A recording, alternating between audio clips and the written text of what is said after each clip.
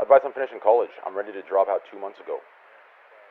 I'm gonna tell you something that no one's gonna tell you. No one's gonna tell you because people are fucked up. There's one thing that I cannot stand, and it's in almost all people. And I go out of my way. I mean, I'm already not like this naturally because my personality, but like I go out of my way to make sure I don't do this. But everyone does it, and I hate it. When something's hard to them, or it's stressful, or they're going through shit, or something challenged them and it was hard to get over, they don't tell anyone that. They want everyone to think that it was easy for them, that it's fun, that it's just not a big deal. I'm gonna keep it a $1.50 with you, bro. There is no motherfucker in college, even those geeky motherfuckers, that literally when they breathe they get a 4.0, that didn't want to drop out 2 months ago. Okay? That feeling, it becomes a normal thing. Okay?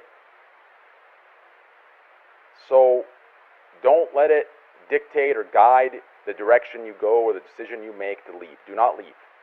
Push through it, get through it, and think of your life after you're done, right? And it'll be behind you. People like, how do you grow a plant? And they'll say, like, you plant it, and then you water it, and then you give it sunlight. And then the question is, if you plant something, like let's say I put a seed down here, and this is dirt, and then I add water, right? And then I add sunlight. Does the plant grow? Do we get a shoot? Right? Does that happen or does it not happen? And the answer is we don't really know. Yes, depends. Hopefully, sometimes, not always. Right? So let's just think about that for a second. So when you guys live your life and you commit to an action, in your mind, what do you think is going to happen? Because people say, like, so now let's like think about this for a second. So I made a mistake, like I didn't do well on this test. And like the idea is that you have a sense that you control what happens when you do something.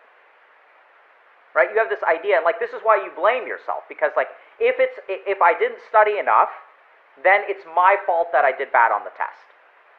That the action has a certain leads, not even correlation, to a result. But what karma says is that you can do all of the right things, right? Like you can provide sunlight and water and fertilizer, and that the plant may not grow. And why is this? It's because there are other forces, which are your prior karmas,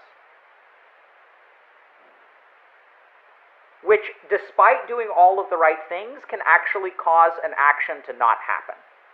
And what this means is, like, it's not actually, in a sense, it's sort of not your fault, because, you know, I'm jumping around too much. Let me see if I can explain this a little bit better. So this is what I see a lot of people have problems with, is that they blame themselves for not getting a particular result. Right? So like if you are a college dropout or a NEET, you like judge yourself and you're like, I'm a piece of shit because I didn't graduate from college and I'm not like this and I'm not like this. And if you think about that, that blame, it only works, like you can only blame yourself if you're responsible. Like if you're not responsible, like if you don't control this and this isn't true, then you can't blame yourself for this. This blame comes from a presupposition that you control the result. If you don't control the result, then you can't be to blame, right? It's kind of like saying, you know, I showed up at the rental car place and I made a reservation and I have a confirmation number, but there was a glitch in their system and their computer systems are down. So is that your fault? Like, no, obviously not.